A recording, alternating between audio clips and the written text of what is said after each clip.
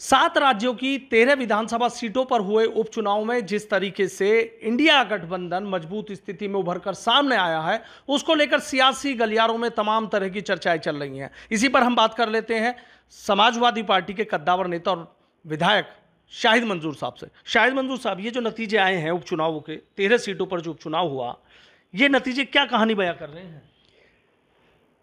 इससे पहले अभी 2 महीने पहले चुनाव हुए हैं, जनरल इलेक्शन हुए।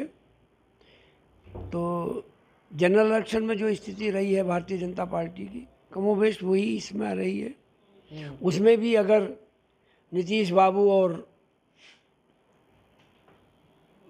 आंध्रा से आपको सपोर्ट ना मिली होती तो शायद ये स्थिति ना बनती और सरकार भी नहीं बना पाते। तो सरकार तो इनकी वहीं चली गई थी और उसी जैसे नतीजे अब ये आए हैं। ये भी इंडिया गठबंधन जो है 13 में से 10 या 11 जीता है। 2 ही भारतीय जनता पार्टी जीत पाई है, बाकी एक वो भी इनके अगेंस्ट में ही जीता, 11वां भी। तो स्थिति तो स्पष्ट है कि भारतीय जनता पार्टी से देश और प्रदेश की जनता नाराज है। निश्चित कई महत्वपूर्ण सीटें हैं वो हार गए हैं। अब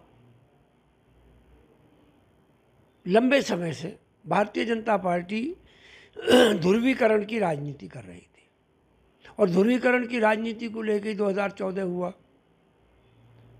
सारे प्रदेशों में झगड़े टंटे फसाद कराए गए, वो हुए। और ऐसी ऐसी भाषा, अनर्गल भाषा का इस्तेमाल करके एक तरफा माहौल बनाने की कोशिश की गई और वो बना भी। लेकिन उसके साथ साथ जो है कुछ देश के भी बड़े मुद्दे थे, जिन मुद्दों को लेकर भारतीय जनता पार्टी ने अपने मैनिफेस्टो में बात करी, अपने भाषणों में बात करी। चाहे वो नौजवानों को लेके हो, रोजगारी को लेके हो, चाहे वो डीजल पेट्रोल को लेके हो, रुपए की कीमत को हो, वो सब को लेके सारे मुद्दे थे। और उन मुद्दों पे जो भी जनता से जुड़े हुए मुद्दे थे, उन मुद्दों पर कोई भी काम पिछली 10 साल में मनमोहन सिंह इनकी सरकार में, मोदी जी की सरकार में हुआ नहीं। अब सिर्फ मनमोहन सिंह को बर्बाद वो करने में, बदनाम करने में, कांग्रेस को बदनाम करने में या समाजवादी पार्टी के खिलाफ अनर्गल बात करने से जनता ऊब चुकी है और जनता जो है वो बदलाव चाहती है। बदलाव हुआ भी था। अगर इन दोनों नेताओं की तरफ से इनको सपोर्ट ना मिलती होती तो सरकार अपोजिशन की बनती, इंडिया गठबंधन की सरकार।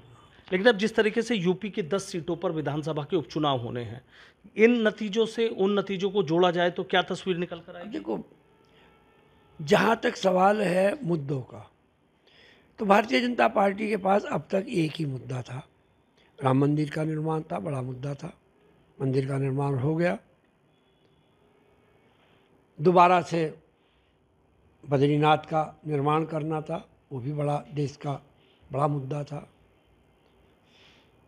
ऐसी लखनऊ के बराबर में सीता नगरी है, सीतापुर है, वो मसला था।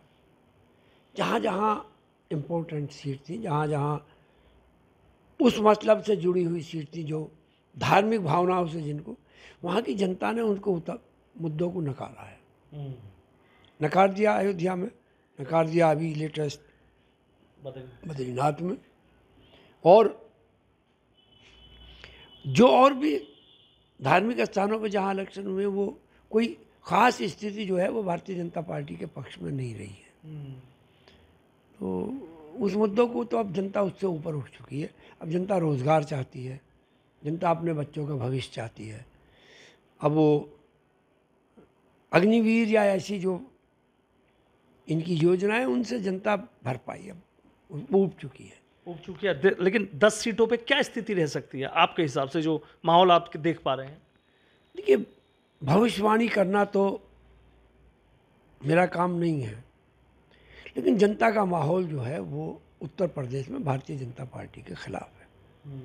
और अभी जो पिछले चुनाव हुए उसमें भी अगर एमएलए वाइज, सीट वाइज लिया जाए तो हम 245 के करीब जीत रहे। अब इसी उसमें भी जीत रहे। तो अब ये भी 2 आएंगे, 10 आएंगे, हम जीतेंगे निश्चित रूप से, सारी सीट जीतेंगे। सारी सीट जीतेंगे? हाँ, निश्चित रूप से अच्छा चुनाव होगा, बढ़िया सीट जीतेंगे। क्योंकि जनता के जो मुद्दे हैं वो उन पर काम हो नहीं रहा। और ये महसूस भारतीय जनता पार्टी को भी है।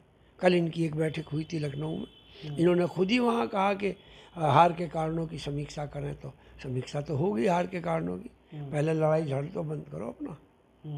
भारतीय जनता पार्टी कहीं है, लखनऊ कहीं है, दिल्ली कहीं है, आरएसएस कहीं है, नेता कहीं हैं, कार्यकर्ता कहीं हैं। तो ये सब मतलब ये जो बात आप घुमा के कह रहे हैं सीधी कह दीजिए ना, क्या है ये? जनता में जो आक्रोश है वो भारतीय जनता पार्टी के वर्कर्स को भी महसूस हो रहा कि जनता को कुछ मिल नहीं रहा है, वर्कर को कुछ मिल नहीं रहा, यही आक्रोश है। आज मैं कार्यालय में भी गया था, अधिकारी से बात हुई थी, वहाँ देखा तो हज़ारों की तादाद में बाहर दफ्तरों पर लोग। अगर थाने में काम होगा या ज़िले में काम होगा, तहसील पे काम होगा, जहाँ की समस्या वहीं निराकरण हो गया, तो शायद अधिकारियों के दफ्तरों में और कचहरियों में इनमें सब लोगों का धरने प्रदर्शन हो रहे हैं, शायद लगने बंद हो जाए। तो अभी तो कुछ सुधार की उम्मीद है नहीं। ये सुधार लगे और जनता का आक्रोश जो है वो शांत हो तो फिर कुछ माहौल ठीक हो। अभी तो भारतीय जनता पार्टी के खिलाफ माहौल है। अच्छा, बीजेपी के खिलाफ माहौल है, लेकिन जिस तरीके से बीजेपी एक बड़ी रणनीति के तहत काम कर रही है, मीटिंग आपने भी देखा कि मीटिंग बुलाई है, आपको नहीं लगता कि चुनाव से पहले एक पूरी घेराबंदी कर लेंगे सबकी? अब भारतीय जनता पार्टी का जो चाणक्य था वो फेल हो गया। अब हर पार्टी में एक चाणक्य पैदा हो गया है जो भारतीय जनता पार्टी के चाणक्य का जवाब देगा। भारतीय जनता पार्टी के जो चाणक्य हैं वो भारतीय जनता पार्टी के अपने ही जो उनके छत्रप हैं उनसे छुटकारा पाएँ। अब कहाँ रणनीति बनाएंगे? तो सपा और कांग्रेस में कौन है चाणक्य? सपा खुद चाणक्य है, समाजवादी कांग्रेस खुद चाणक्य है। बगैर किसी चाणक्य के थोड़ा ही आधी से ज़्यादा सीट जीत गए। भाई आप देखो ना, सारे सरकारी तंत्र फेल हो गया। और अभी कल का ही आप देख लीजिए, जो ये यहाँ की सीट है जिसमें काफ़ी वोटों को रोकने की कोशिश करी गई, बाद में भी कोशिश करी। मंगलौर की बात कर रहे हैं? मंगलौर की मैं बात कर रहा हूँ। जनता वोटर को भगाया भी गया, पीटा भी गया, बूथ कैप्चर भी करने की कोशिश करी गई, पुलिस को भी इस्तेमाल किया गया, रिकाउंटिंग भी हुई, लेकिन भाई फिर जीत तो मिल गई कांग्रेस को। अच्छा, ये चीज़ें बदली क्यों है? जब अच्छा कितने दिन तक लोग झूठ का एतबार करें? झूठे वादों पे कब तक इंतज़ार करें, कब तक एतबार करें, ये बता दो। अभी काम तो रोटी का तो रोटी से ही चलेगा ना, झूठे नारों से तो नहीं चलने का। लेकिन ये 10 सीटों पर जो उपचुनाव यूपी में होने जा रहे हैं, इनको क्या माना जाए? सेमीफाइनल माना जाए कि 2027 का? अब मुझे लगता है कि इतना बड़ा इलेक्शन जो है अब 2027 से पहले नहीं होने का। 10 सीट हैं इसमें।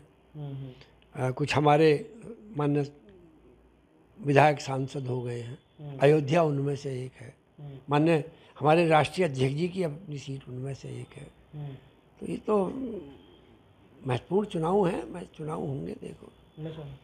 अच्छा, एक आखिरी सवाल मेरे है, जयंत चौधरी की बात कर लें, मायावती की बात कर लें, क्या मतलब आपको लगता है कि किस तरीके से इस चुनाव में महत्वपूर्ण भूमिका में रहेंगे? लोकदल के मुद्दे अलग हैं, किसानों के मुद्दे अलग हैं और सरकार अलग है। किसान के मुद्दे अपनी जगह हैं,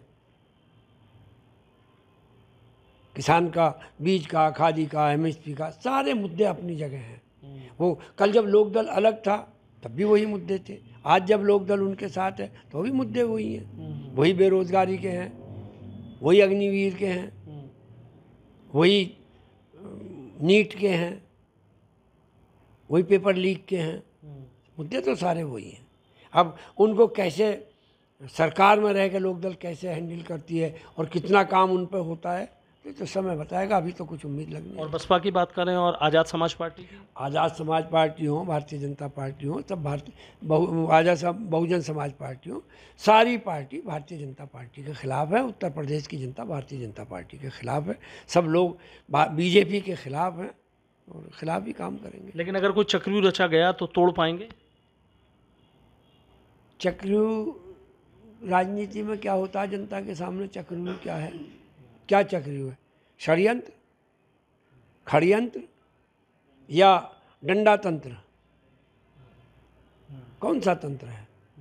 ये षड्यंत्र क्या है? जनता जब खड़ी हो जाती है तो फिर षड्यंत्र काम नहीं आता। शायद मंजू साहब, मुकाबला होगा या कड़ा मुकाबला होगा? चुनाव होगा, ना कोई मुकाबला होगा, ना कड़ा मुकाबला होगा। संवैधानिक मजबूरी है, चुनाव का होना ज़रूरी है, चुनाव होंगे, मुकाबले से क्या लेना देना। मुकाबला तो हो गया जनरल इलेक्शन। देख लिया समाजवादी पार्टी के कार्यकर्ता नेताओं का जोश आई। समाजवादी पार्टी का नहीं या इंडिया गठबंधन का नहीं, ये तो जनता का जोश है। जनता निराश है, जनता हताश है, जनता इनके खोखले नारों से परेशान है। तो इसमें तो जनता ही है, जनता इनका मुकाबला कर रही है। 10 में कितनी सीटें? मैं कोई भविष्यवाणी थोड़ा ही करता हूँ। उम्मीद करते हैं कि 10 की 10 सीट हम जीतेंगे।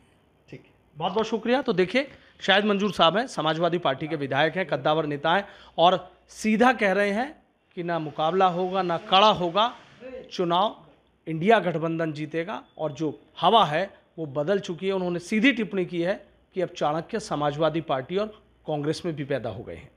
Sanuj Sharma, ABP news, Meerut.